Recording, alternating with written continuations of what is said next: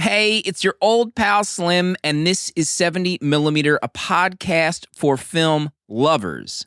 Every Monday, I sit down to talk about recently watched movies with dear friend and artist Danny Haas. Her final look where she gets her head cut off, that patterned robe thing she's wearing, I want to wear that right now. And our spiritual advisor, Protolexis. Yeah, how trippy would it be for a boar that all of a sudden, like all the boar knows, right, is that they're getting chased, but they're looking back and they're seeing a horse, but they're seeing another creature on top of a horse. Later in this episode, we're talking about what is widely considered Akira Kurosawa's greatest film, Ran, from 1984. Is that a true statement? Or were we too slim-fluenced ahead of time? Let's find out now.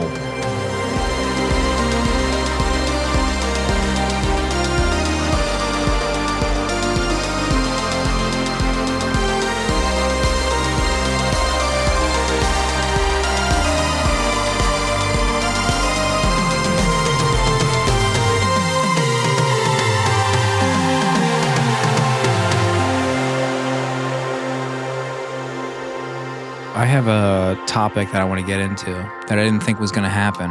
Okay. When we recorded last. It's been 2 weeks since we recorded. Uh-huh. And I thought a journey was ending, but the journey is actually continuing. Huh? Proto is continuing his Marvel Cinematic Universe journey. Oh, gosh. Can we get some answers, please? Let's talk about it. I thought this was over. We need answers, and we need them now. Let's see. What did I watch? Oh, yeah. So we just kept going, me and my boy, my son Theo. We watched Captain America, we watched Thor, and we watched the Avengers. My gosh. And What a week. you know, people take dumps on these movies, but I was pleasantly surprised that they were better than, you know, what the mainstream will tell you. So I gave Captain America 3 stars. Thank you. Wow. I gave Thor 3 stars. Well, that's And too high. I gave the Avengers 2 stars. It was that good. That's even way too high. So yeah, I'm continuing on this journey. I mean, Avengers was pretty rough. It's a pretty rough movie to get through. Mm-hmm. I mean, RDJ is already unbearable. To think that there's another like 15 movies of him or whatever. I mean, and then Chris Evans, he's just downward spiral. Like Captain America, he's okay, but this is just, he's chewing the scenery. He looks a little goofy in the cap suit in that movie, looking back, I think. He looks awful. The cap suit looks so silly. Like, can we not? Can we not? With you. The alien invasion stuff, if I remember correctly, was pretty cool, though, still, when I last rewatched it. Yeah, I mean, that's the best scene of the movie. And it's also the best scene because you get Hulk smash. The Hulk stuff is worth the price of admission, honestly. And I was aghast because I'm on record as saying I don't really care for Mark Ruffalo as an actor. But maybe now, you know, I'm a different man now.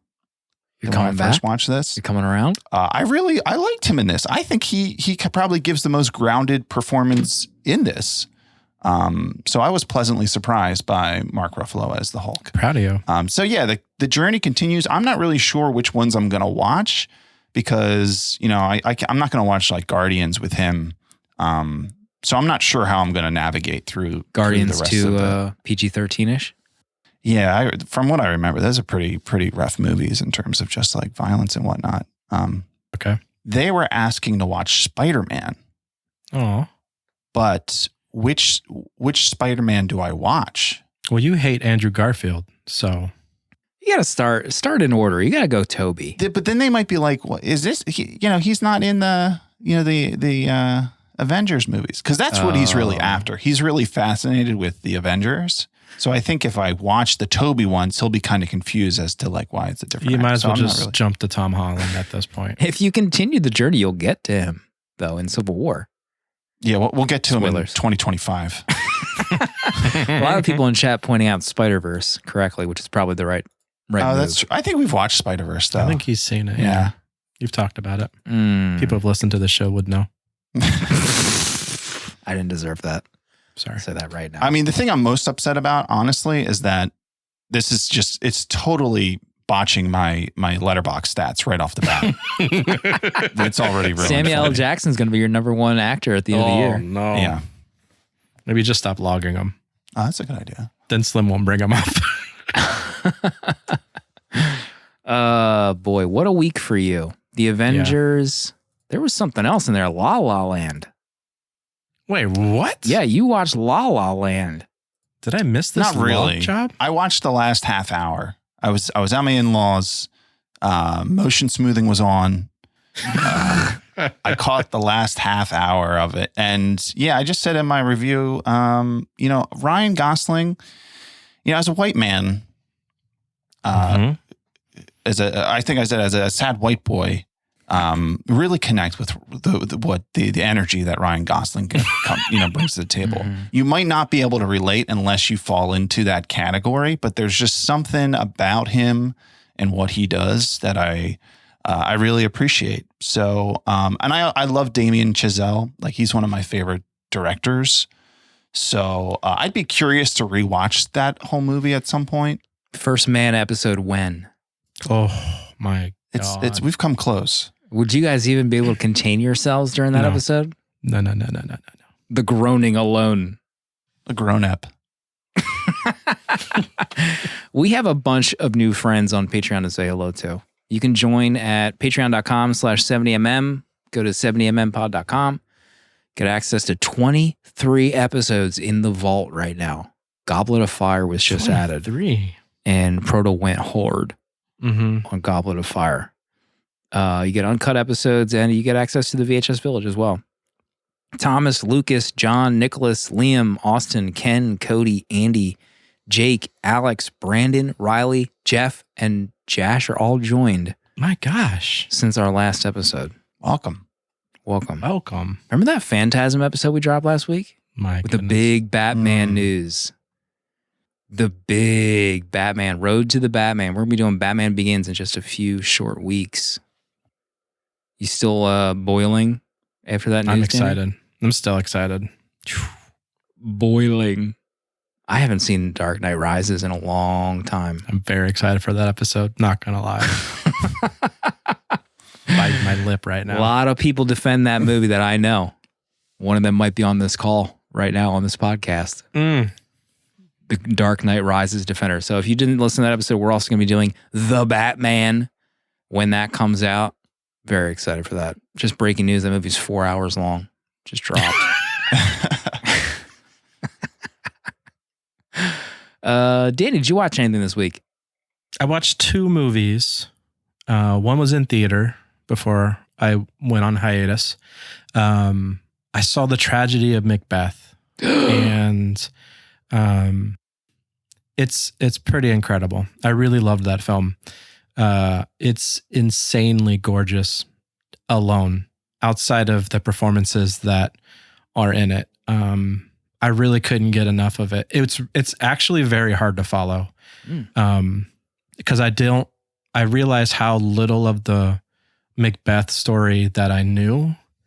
But then also it's in the Shakespearean text as well. So it's if you're not ready for it, I mean, I would have loved to have had some subtitles just to be able to read while I watched.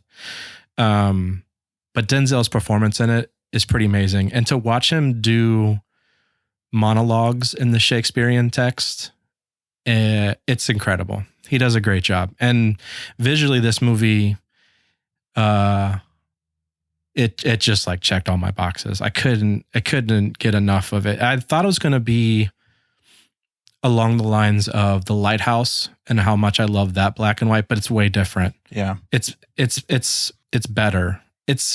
There's just like these, I don't even know how to explain it. There's just so many crisp, beautiful shots, very high contrast, stark moments. And it's gorgeous. It really is a gorgeous film. And I'm definitely going to watch it again with subtitles because I really want to, get into it more, but it's a beautiful movie. Did you see this? I did. I watched it as well. I gave it 3 stars. I think I realized while watching it is that I don't love like these direct adaptations of Shakespeare to film because like you're saying, it is hard to follow just in the original text. I turn the subtitles on and it's still, because there's so much meat in the text, right. It's hard to even grasp all of it. It is gorgeous, but I just struggled with the story itself. And honestly, it's very pretty, but I was just kind of like bored with some of it at certain parts. Some of it is very cool, the way they just do the storytelling. Pretty incredible, especially the stuff with the witches early on. Like that was really cool. That was gnarly. Yeah, the choices they make. But I also I just don't have enough experience with theater acting where to me, I'm watching Denzel and I had a Will Smith, Muhammad Ali moment where I can't tell if this is great acting or it's not good at all. So I wasn't really sure how to feel about it, but I think that's just like me not being familiar with like this style of acting. But I still enjoy it. I think, if you look at what like these, stills from the movie and it's compelling, I think it's definitely worth watching just because it's really beautiful. Yeah. It's nice to not also to be able to compare it to anything else. It's nice to watch it and be like, this feels original and, something unique that we haven't seen 1,000 times in cinema. Mm-hmm. What kind of snacks do you and Casey get at the movie theater? Well, I don't think we got any at this one, but my go-to is popcorn and cherry Coke. Cherry Coke. And the other movie I watched, sorry, I'll be quick. I reluctantly put on Dear Evan Hansen. I was on a flight, transatlantic, and I had time on my hands, so I figured, why not? And it's not good. And I really love the music. I've listened to the album quite a bit. I've never gotten to see the actual show. I know the story. And I think in my Letterboxd review, I said anytime Ben is singing, it's the best part of the movie, but it's still a bad movie. It's just, it's exactly what you think it's going to be. A lot of especially with him casted on that movie. Yeah. Negative vibes. Yeah. Yeah. As a film itself, it's like very poorly made, I think, especially when, I don't know, it's rough and it's hard to watch it's just hard to watch a movie. Never mind. I won't get too much into it. Spoilery. Sorry, Paul posted a photo of Danny watching Evan Hansen from Starship Troopers, which, by the way, I was on the Dune Pod podcast talking about Starship Troopers. That was a movie I watched recently. So if you're interested in my deep thoughts on the genius that is Paul Verhoeven, by all means, check out that podcast. But Proto was just on it as well. I was, yeah. For the Thin Red Line. Yeah, I got to pick a movie. Finally, they released me from the books.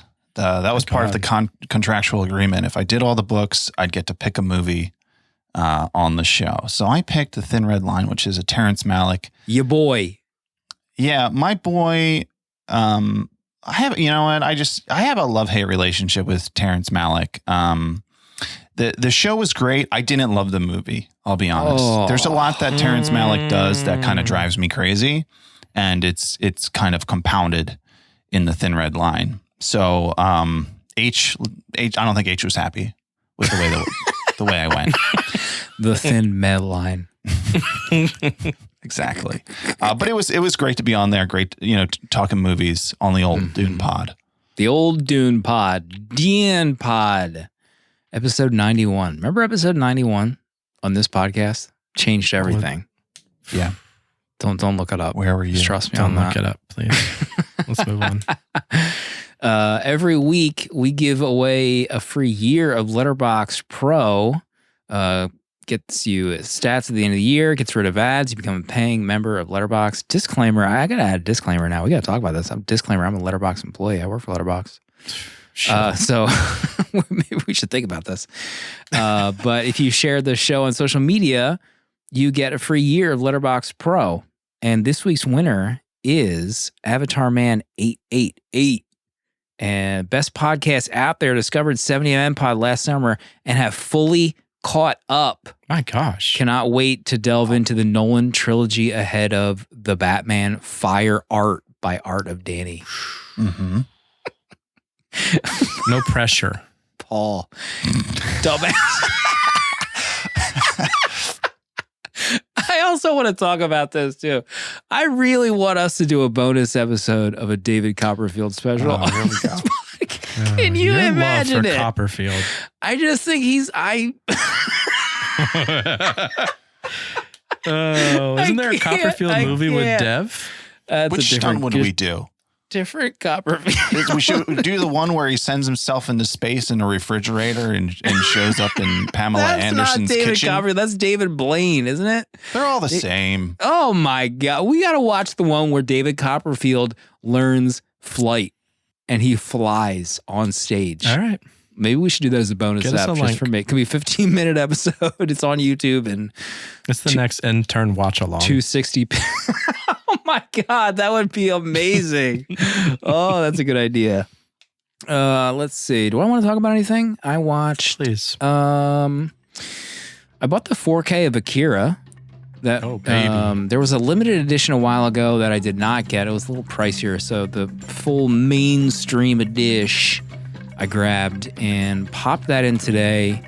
And I know our dear friends at the Cinenauts have done an episode on Akira, so I won't delve too much into it, but I couldn't tell a big difference from the Blu-ray, personally. I don't know if it looked That's great. just the quality of the animation. Yeah, I mean, the animation is already amazing. Mm-hmm. The music is still fantastic. The ending, I love Akira. And I don't know how much of that is nostalgia fog from when I was a kid. You know, when you're a kid in the 90s and you watch Akira for the first time, it's like you're looking into another universe. Like you don't know what is possible. Like if you've never seen an anime and you're not familiar with manga, you're like, I can't believe what I'm seeing is real. Right. You're seeing violence in animation. It's like an R-rated Disney Renaissance movie. Right? Fredo, when was the last time you watched Akira? I don't know. I have it, the DVD, but I have like no memory of watching it. So that's how much it stayed with me. It's time. Gosh. Much recommend. Is there anything else that we want to cover? I think that might be it. The end of this episode, we have something big coming next week. I'm not going to say what it is, but next week, you know, we're getting into February. We're getting into the month for lovers. Okay? We'll get into that at the end of the episode. Proto, are you ready for Ran? Hidetoro Ichimonji has spent his life conquering his realm through war. Now, in old age, he seeks to pass on his power to Taro, his eldest of 3 sons. Resigning to the title of Great Lord, Hidetaro plans to live out the rest of his days in transit between the castles of his children. But having sown chaos and death for a lifetime, his plans are dashed as mistrust, division, and revenge bear fruit, and his once great kingdom falls to ruin. Ran.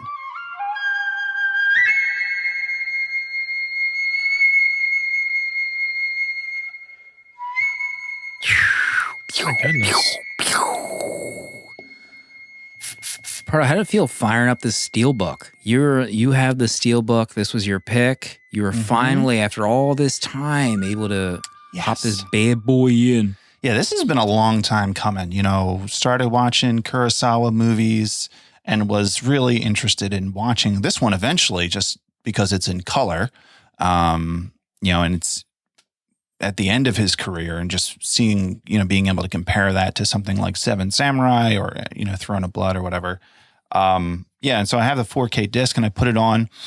Yeah, I was actually surprised. I thought it would have been, I was expecting like a much more vivid, vibrant movie or just like transfer or look of this, but I actually found it very like much more muted, the colors than I was expecting, and much like lighter, as if like the contrast was very low or something. Like it just had like a not grainy, but almost like some kind of aged look. I don't even know I don't know. How would you guys describe it? Yeah, it's funny you say that because I watched this on Apple TV, grabbed the 4K, and I don't know, it's hard to describe it and not have it come off as a slight, but like this didn't feel like a 4K movie. Like it just felt like, and I'll get into one of my top 3, but like the usage of color is very different than what I was expecting. And that was the 4K highlight for me. Like it's not like this insane detail when you're close to the actors, and it's not like you can make out this and that 100 yards away. It's almost like it's too grand in view to just like talk about how I would normally say, oh man, the 4K is amazing. Because there isn't like that kind of detail. It's more of like the whole picture taken as a whole. It did feel muted to me, but it worked in its favor in that way for me. Yeah, I would agree. I wouldn't say it's a bad thing. I think I was just surprised by it because I think in a lot of the time when I think of something like when we watched Lawrence of Arabia, I felt like everything just kind of popped off the screen.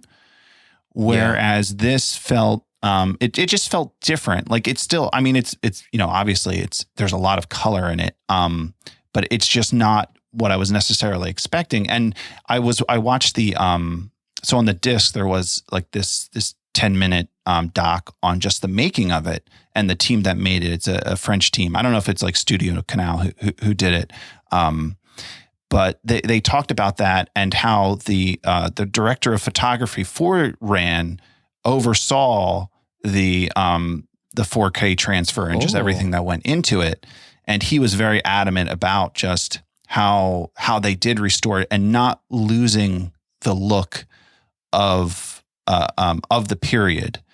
So it seems like it was very intentional the way they did the 4K, which I thought was really cool because it does, it's amazing. It feels like an old movie still. It doesn't look like some 4Ks where I watched them and it looks like, wow, this movie looks like it was made yesterday. This movie still looks like it was made in the 80s. It looks amazing. It's funny you say that about like having someone who worked on the production oversee the restoration. If I remember correctly, James Cameron oversaw the restoration for the 4K of like Terminator 2, and most people don't like it. Like they don't like the work that they put into the color grading and stuff like that. Someone in chat can probably link to it or correct me if I'm wrong, but I always think about that with restorations. So the format of this segment, we talk, each person comes up with like, their top 3 call outs that they want to bring up. And then some honorable mentions with our rating later in the show. Danny, had you remembered hearing about Ran over the years? This is a blind spot for me, so I don't have a huge backstory with Ran. What about you? No, I don't. And I don't actually have too much of a history with Kurosawa anyway. I think we talked about it on the Seven Samurai app.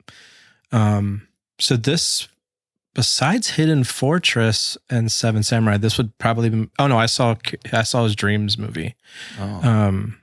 But besides those, this is only my 4th, I think, Akira Kurosawa movie. So I always heard that this is, one of his greats, if not the great. People put this as their favorite. Great.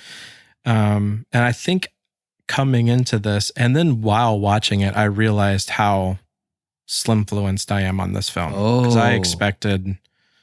my expectations for this movie were high, like super high, especially when I read all the Letterboxd reviews. Everyone's 5 stars for this movie. Everyone's 5 stars, 4.5, 5 stars. And it's like, I don't even know how to navigate my feelings coming into this film because it's like, Proto's got a steel book. You see Proto holding a steel book and a selfie. You see the 5 stars rolling through your Letterboxd feed. Right. The 4Ks are $1 million on Amazon right now. It's like, holy shit, this has got to be one of the greatest pieces of cinema ever. So I think my problem when I start talking about this film is that I was incredibly slim-fluenced coming into it. That being said, I was bored for the first hour. The first hour. Like really bored. It is a slow burn. One of my honorable mentions is the opening credits where it's just everyone chilling on their horses. The shots like shifting from each like beautiful view of them just standing there with the credits. I thought that was gorgeous. But yeah, the first 45 minutes is really setting the stage through pretty long conversations with the main characters. Long conversations. And I make a jab in my letterbox snippet about people. I can understand people's hate for the Phantom Menace with the trade disputes because the conversations that they're having and these whiny ass kids with their father giving them, I don't know the King Lear story either, so that's probably didn't help much. But I just like, holy shit, where is the amazingness in this film? Where is all this color everyone's talking about? I was ready to turn it off. Just for everyone who has their Apple reviews in draft, that was Danny that said that. Yeah, this is the other Slim. It wasn't Slim, or wasn't the other Slim. It was Danny. Pardo, do you want to rebuttal that comment before you give your first note for this? Well, movie? I talking about that, I think my expectations were different as well. I expected this to be much more of like a war epic, where there are aspects of that, but the war part really doesn't come till the end of the movie. There was many points where I thought, okay, here's going to be a battle sequence. You know, this is where the fighting begins or something. I just had this expecting that there was going to be much, much more of like action in terms of like, just like, soldiers fighting. But there really isn't as much. It is much. There are so many scenes of like conversations and people sitting and talking, which I guess probably should have like foresaw, because I feel like the other Kurosawa movies I've seen are like that. Like there's a lot of that in Seven Samurai as well. But yeah, I think my expectations were, this is one of those movies where, you hear so much about it before you see it that it's hard not to be tainted by that, I think. Yeah. But to get to my first point is really, I just could not get over the costumes in this movie. Oh my God.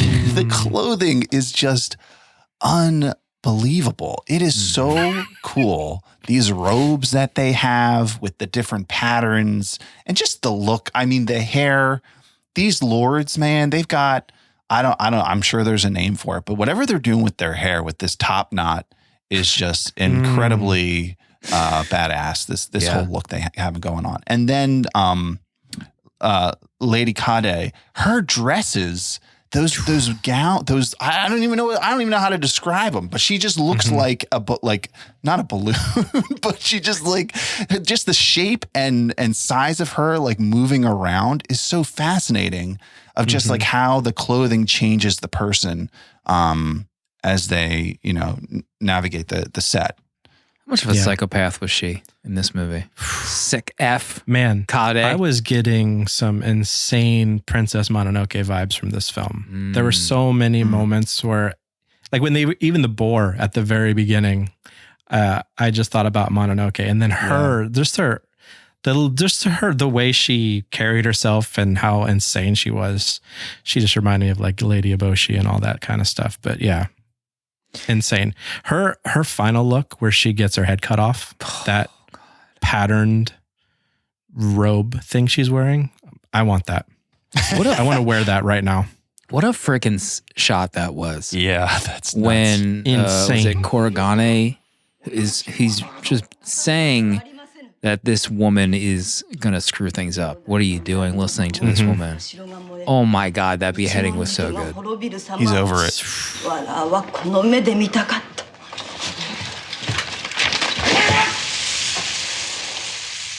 So freaking good. Oh my God. Was that Jiro? I think Jiro was the one idiot. I think like one of my notes is, you're an idiot. Like he eventually, the one brother gets the first castle and then gets fooled into doing her bidding. Just behead her. Stick a knife in her throat. Like you are a loser. It's Jiro, KK says. I was like so annoyed at that guy for the when he brought back the stone fox head. That was amazing. When he rubbed in her face. Got her. I thought if she completely bewitched Jiro, I thought she was like kind of like played the role of almost like a witch in this, where she could just through her words and her sexuality control Jiro and have him lead him to his own demise.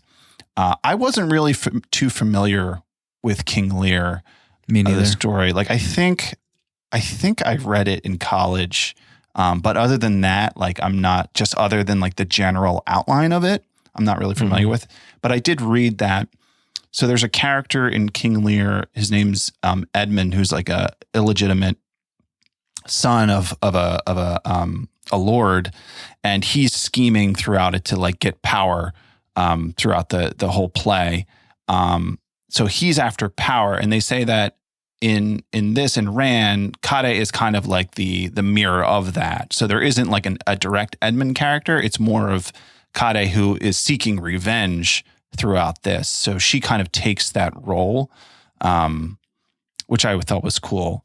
And looking at like just the similarities between King Lear and Ran is pretty interesting, and just the way they like crafted this story to follow a lot of like the big bullet points of it, but not all the finer details. Yeah, I was kind of thinking to myself, like, I hope nobody brags on me for not knowing anything about King Lear. Yes, But, spoilers. We don't know anything about King Lear in this. So if you came Or for King movies. Lear or movies, get out.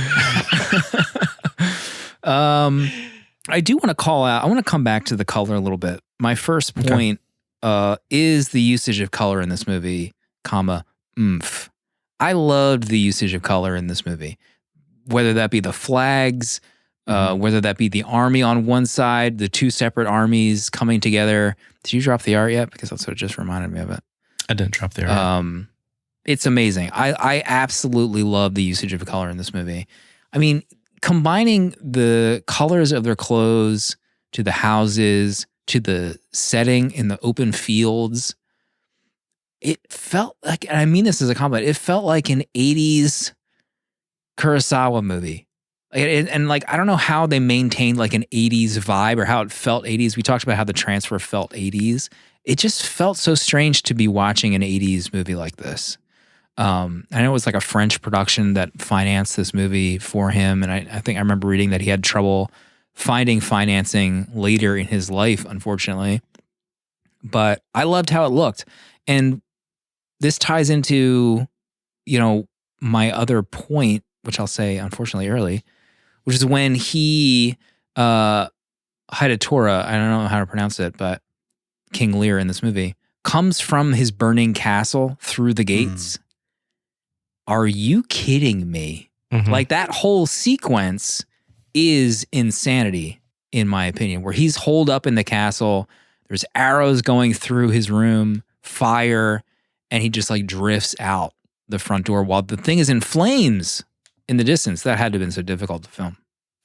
I can't imagine. Yeah, that's one of my other big points was, I know I said I was bored for the first hour, but after that hour we get to this castle siege, and it is like, I need to see this in a cinema. Like, I need to see this on a giant screen. Like, I want to experience this in a massive cinema where, because there's not only is the amazing, like, I get that this is where the color comes in, the separation of the two tribes, or however you want to call them, the different Castle 1, Castle 2 crew for the brothers. But the amount of people running around and the horses, I honestly don't know how people didn't catch an arrow to the face in real life. Like, things are really being shot around.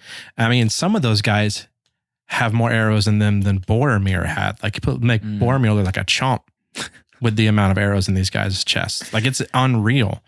But yeah, the king in this moment, the Lord, where he's losing slowly, like the beginning of him losing his mind, walking around where he couldn't even find a sword to kill himself on. I think that's what happened, right? He couldn't find his samurai blade to commit seppuku. How about all the women killing themselves too, as the camera's panning around? Like, all around him is like chaos, the gunfire, like the fact they even had guns in this movie, I wasn't even prepared for. But that whole segment, and one of my favorite parts of that battle is cutting out the sound effects for the score to come through, and it's just kind of, you don't hear the footsteps or the horses, but you hear the score just playing, and It's beautiful. Yeah, I love with the horses. Kurosawa, he just seems like a genius at communicating movement and speed. Where there's so many like action movies or movies with like horses and battles where you don't really get that sense. You kind of see him on the screen, but he does like great things where he'll have like people behind the horses galloping in the foreground, and so you can just really see how fast they are moving. And he just does like so many interesting things in terms of just like layering things as they move to like communicate how fast things are going. And I just thought it was like, there's so many scenes like that are really compelling. Although I did think of like, how many people do we have to see falling off a horse? It's like, I was wondering if they used the same take a couple times. Yeah, but the way that they fell like straight down in that one shot where the horses were flying by and people were just like dropping straight down, I thought that was pretty cool. I watched how they filmed that. How did they film that? So in the field, so that they don't get trampled on, there's guys laying on like scaffolding. And when the horses run through like the slots where they're not, they just roll off the scaffolding and fall on the dirt. It looks so cool. It was really funny and so smart too. So in the mini doc on the 4K, they do show this part where they were they were looking at the film roll, and they saw that like there was like sections that were different than the other ones, and they weren't really sure why. But then they realized that what happened was some of the scenes where there's people falling off the horses. What they did is they just took the film and they just reversed it. So it's actually the same shot, but it's just the horses going the other way with guys falling off. So there's a few shots where they just reused it. Has to be. Movie magic, they call that.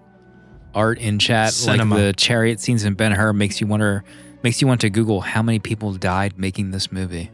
Seriously, when he's sitting in that room and the fiery arrows are flying around him, like that feels way too unsafe. Yeah. You called out the music. I thought the music was also wasn't what I was expecting, but I really enjoyed it. Like I think during the siege, the music starts coming in pretty hard, and I just made a point to like in my head, like this doesn't feel like the music that I was expecting, but it sounds great. I'm not sure if you guys noticed the music that Super much. rad. It's time for Danny. Danny's number one.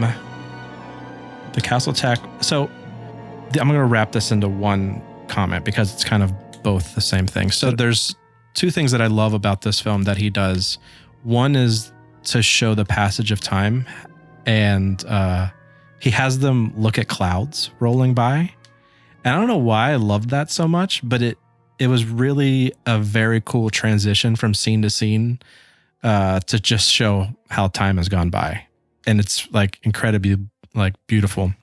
And then my second of my favorite things in this film is the wide shots of distance with people on hillsides, or like the one army looking at the other army on the hill. I couldn't get over how hard that would be to just do, because they feel like they're a mile away, but they're all in the same shot. And the wide shots in this are incredible of the hillsides. Yeah.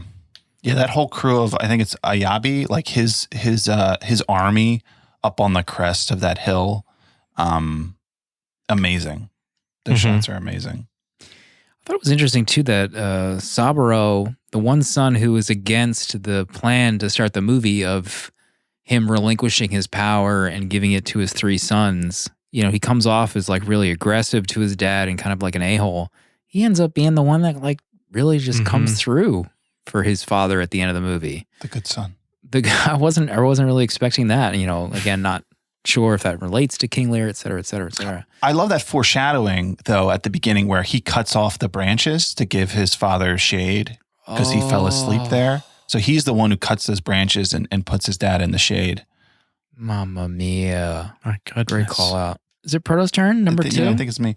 I really love just the whole transformation of Hidetaro in this.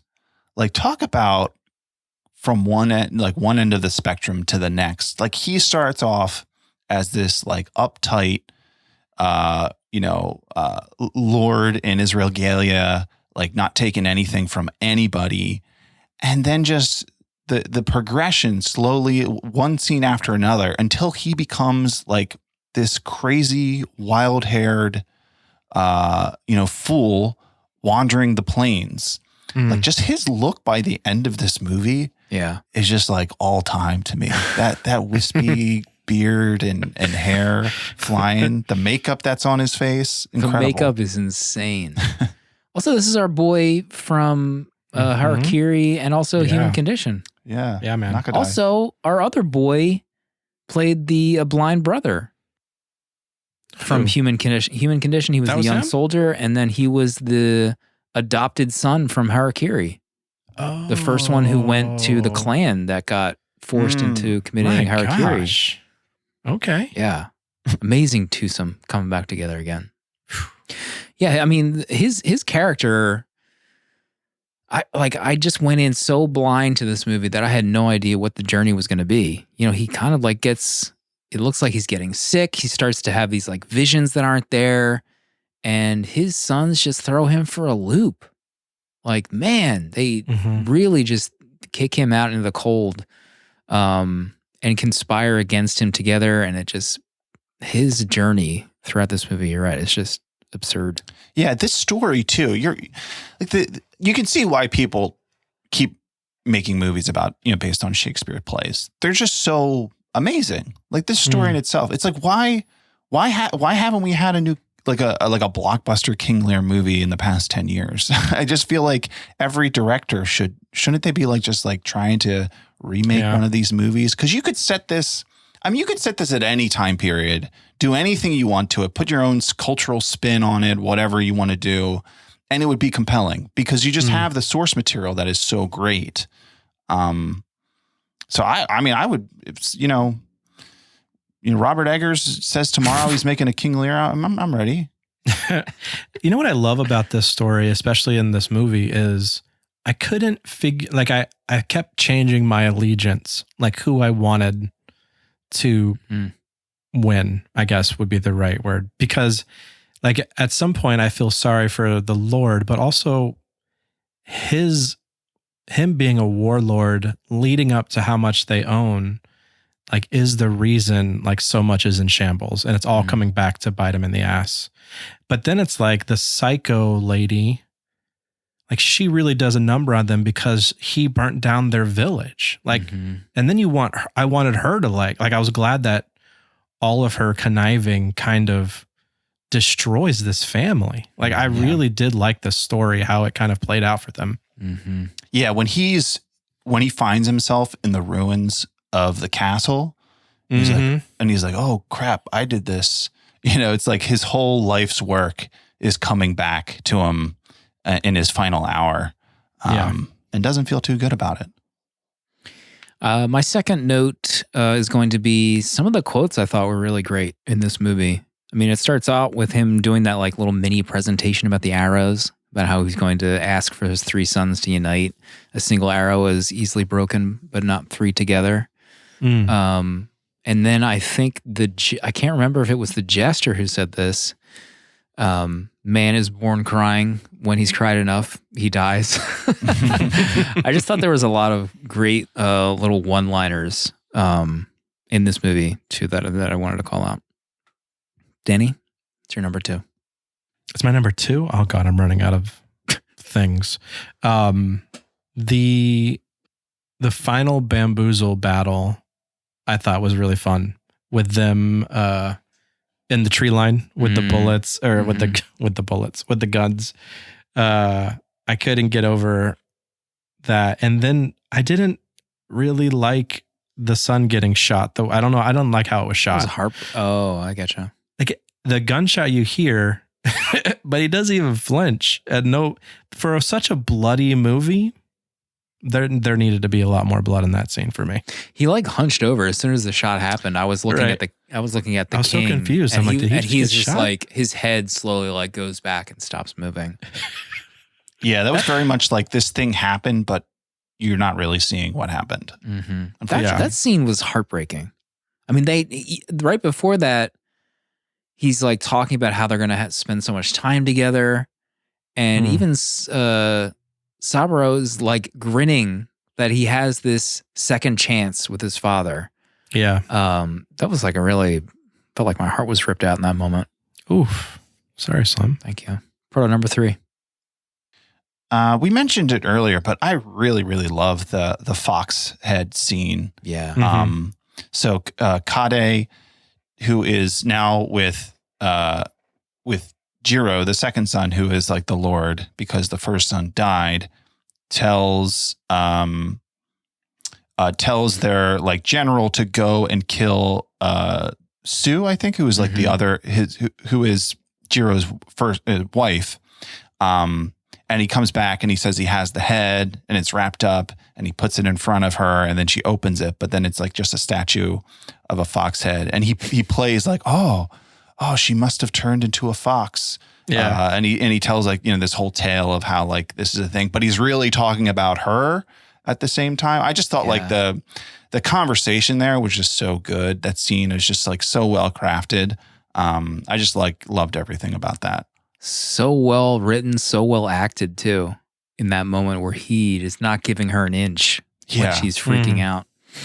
I also want to call out that my version came with English dub too, but I didn't watch it with the English dubs. But I just wanted to call it out. That was an option. Don't yell at me. Didn't watch it. Christian Bale as King Lear. Idiot. Let's see. My number 3, my last thing. I'm going through some of my honorable mentions because we already talked about all my top 3s. The audio in the movie, we didn't really talk about too much, but the ambient audio, the birds, I think was called out in chat, the nature, essentially, in the movie, the wind on the flags. There's one scene of them just like focusing on this portion of the army and the flag is blowing so hard on their flags. The wind is blowing so hard on flags. And it sounds incredible. It's just like these little things. I mean, even to start the movie off, they're just chilling around on their horses, not doing anything. So that was one of my favorite parts of the movie, to be honest. Danny, number 3? We've already talked about them. We've run out. Honorable mention. Honorable mentions. And rating? Oh God, we're here already. Honorable mentions. I think everyone that has a speaking line in this film does an amazing job. I really love the performances in this film. Like I said in the beginning, I really was bored for the first hour of it. I just couldn't, the amount of talking and dividing of lands and dealing with sons and leading up to the siege just drove me nuts. It was a long haul. And like I said, I was super Slimfluenced with this. I read all the 5 stars. I knew this was people's favorite. So for me, I'm at 3 stars right now. Yeah. Love it. Danny's bravery right now. I support you, Danny. Thank you. Support you in this moment. I appreciate you. Proto, honorable mentions, final rating for Ran. Let's see, what else did I want to say? Oh, about the audio. I thought it was really interesting how I don't know which scenes it was in particular. I mean, it's definitely with Hidetaro, but there was almost like an echo to when they spoke. Did you guys notice that? No. Yeah, there was like this as if they were like almost in a cave. I don't know what the significance of that was, but I thought it was like really interesting. That choice. Oh, you think it was on purpose? KK is saying something in chat. The echoes that go out over the fields when someone is monologuing to the heavens. I guess so. It's like I guess it's like communicating that they're speaking in that way. Grant I guess says it's intentional. Very cool. The other thing I thought, we mentioned like the boar scene at the beginning, but I just thought, how trippy would it be for a boar that all of a sudden, like all the boar knows, right, is that they're getting chased, but they're looking back and they're seeing a horse, but they're seeing another creature on top of a horse chasing after them. So this boar is just running for its life, and it's like, my God, I've got 2 creatures after me, and this one's on top of the other. Like that must be terrifying for them in that moment. Those deerskin chaps? Are you kidding me? Mm-hmm. I want them. I was there. Yeah, there's aspects of this movie I was really blown away by. Like, the color is incredible. I love the story. This is a movie I feel like I need to watch again to really take it all in. So I'm at 4 stars for Ran. A viewing 20 years in the making. Is that what I saw you say in Discord this week? I think it was 2 years, but 20 sounds better. Let's just call it 20 years. I said it before, and I'm not articulating it very well, but I really enjoyed the 80s vibe of this movie.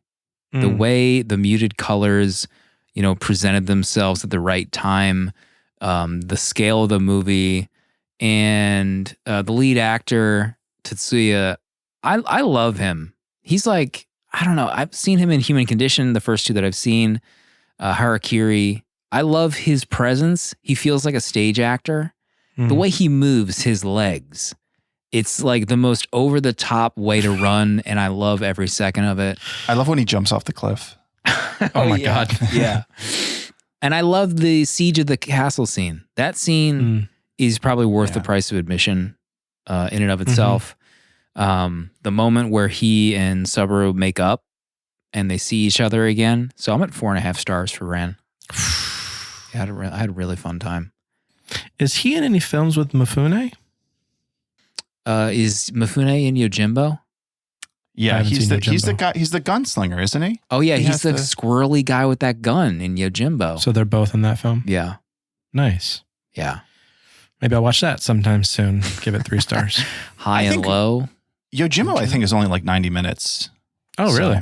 Yeah. Yojimbo's good. It's no Harakiri. I mean, Harakiri's the bar. It's the highest bar that has ever been barred, in my opinion. Anyone that rates Harakiri lower than 4 stars, I need them getting mentally checked. Retire. Retire. Is there a retire flag you can put on a Letterboxd account? I'll check into that if I can. Flag them. You know what? I forgot to play a Harry Potter voicemail during our 70mm Vault episode. Dang it. Sorry. We'll get to that at some point. We do have a VM from KK about Ran. So you can shoot us a letter, VM to 70mmpod.com. But our Gmail, you can figure it out, 70mmpod@gmail.com. So let's hear from KK. It's KK. There's a lot of thematic importance behind much of what's done in Ran. It's a nihilistic, grim, watered-colored retelling. But I have just one simple, tiny question. The beginnings of an idea that started when I first watched Seven Samurai and has grown more with every Kurosawa film I've seen. And that is, has any director loved running over stuntmen with horses more than this man? Yeah. That's all. That's my entire question. I hope you liked the movie. I'd call it my favorite Kurosawa if it weren't for the fact that Yojimbo's 8 hours shorter. Bye. Props to KK. I think this is in KK's top 4, and he kept his VM to 39 seconds. Yeah, I respect that. Veteran. That's how it's done, people. Pay attention. That is how it's done. Thank you, KK. I think we have an email in also. Let me see here. Let me pull it up. This comes from Jason. Gentlemen, love the podcast. Been listening for almost a year now, and I think I finally may be ready to make a suggestion. Oh. Would love your professional take on the 1979 classic, The Warriors. Cheers, Jason. Jason. Proto, have you ever seen Warriors? I don't think I have. Wait, which year did he say? 1989? 79. 79. Warriors, though. Warriors. Oh, not in Letterboxd, I'll tell you that much. There is a movie. I may have seen this. I'd have to watch it again. How about you guys? Have you seen it? I have seen Warriors. I think I remember enjoying it. I don't know if that was BLB or not. Danny? I have never seen Warriors. Oh. I can know that for a fact. This is on my list of when we don't have a themed month of movies to pick. Oh. Warriors feels like it's licensed to Dune Pod. It's from the mind of Walter Hill, who also did 48 Hours, Streets of Fire, Red Heat, Brewster's Millions. Oh, Brewster's Millions. Mm-hmm. Look at this piece of art Mikey P showing in chat. He's flexing on us. Mikey P also a big Kurosawa head. He went through the entire Kurosawa filmography. Was that last year, Mikey? Everything. As long as it took to track down a DVD of one of his last movies. What a journey. Makes me Big sick. journey for him. Makes me sick. We have to, let's see. We got to announce next week's movie. Yeah. Next week's movie, let me pull it up on Letterboxd right now. Okay. Just so I can get my facts straight about where it's streaming. Talk to us. So, we're in February. Valentine's Day is coming up, but it's not quite Valentine's Day when this episode drops. But, it's February. People like getting together, falling in love, right? We felt, why don't we take it up a notch and watch a movie a lot of people have seen, a lot of people talk about, a lot of people like. I've never seen, but you both have seen, right? Mm-hmm. So this movie's streaming on Hulu. Dave says, remember the single folks? Yes. Single folks, we're out there. I support you as well. We're here for you. We're your movie family. 2005. Big Love year. is a Force of Nature, streaming on Hulu, directed by Ang Lee. Brokeback Mountain Mm-hmm. will be our next episode. Mm-hmm. Heath Ledger month begins now. Our king. Tim says, don't forget about married folks with kids who barely have time for human contact. Mm-hmm. Jake Gyllenhaal, Heath Ledger, Michelle Williams, Anne Hathaway. Randy Quaid is in this? Mm-hmm. You're not ready for Anna this, Slim. Faris. David Harbour. Slim. Oh my. I need you to order a 10-pack of Kleenex boxes for this film. Please, sir. The last time I cried on this podcast was the 4K viewing of Lawrence of Arabia, I think. When I openly wept at that one shot. We're going to turn the ticker. 0 days Slim cried. 4.1 on Letterboxd. I'm excited. Good. Pardo, how do you feel going into this? I'm excited to rewatch this. It's been a long time since I've seen it. Actually might be fun to read the short story because it's pretty short. I think it's like 50 pages or something. So just to compare the two. So maybe I'll try to I think you can find it online. I might do that as well. Paul correctly points out that Romo was probably the last time I cried on the show. That's true. See? Tim confirmed. Deaf Cry Fest. Okay. So big week next week. And just keep in mind, in 2 weeks, we're getting started with the Road to Batman. Batman Begins is the first one. So we got a big month or two coming up here. Pardo, any closing thoughts for Ran as we head to Brokeback Mountain? Well, I think if Hidetaro tells us anything in life, it's just, you reap what you sow, right? That's the old truth. So, man, just try to sow good things out there to the people in your family, right? Mm-hmm. Don't have them coming for revenge later in life because they'll get you. They'll get you. Has any podcast gone from Ran to Brokeback Mountain? I don't think so. You're not going to get this on other podcasts.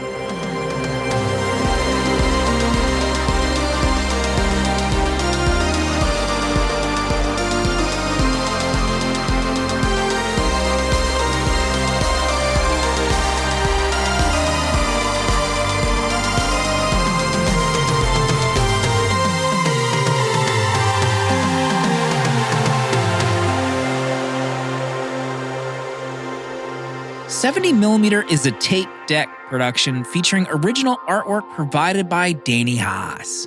Spiritual guidance and V'ger, the robot who loves movies, provided by Pertalexis. Producer at large, Dale_A. Transcripts provided by Sophie Shin and music composed by Cinematric. Prints and other merch are available on 70mmpod.com. This episode was mixed, edited, and produced by me, Slim. Support our Patreon for access to our VHS Village Discord to talk movies with new friends, access to our exclusive episodes in the 70mm vault, discounts on merch, uncut episodes, and a physical membership card mailed to you. To check out other Tape Deck podcasts, Find the link in the episode notes. And if you'd like to support our friends at Letterboxd and upgrade to pro or patron status, you can do so with a 20% off discount using the links on 70mmpod.com. Goodbye. This is a Tape Deck podcast.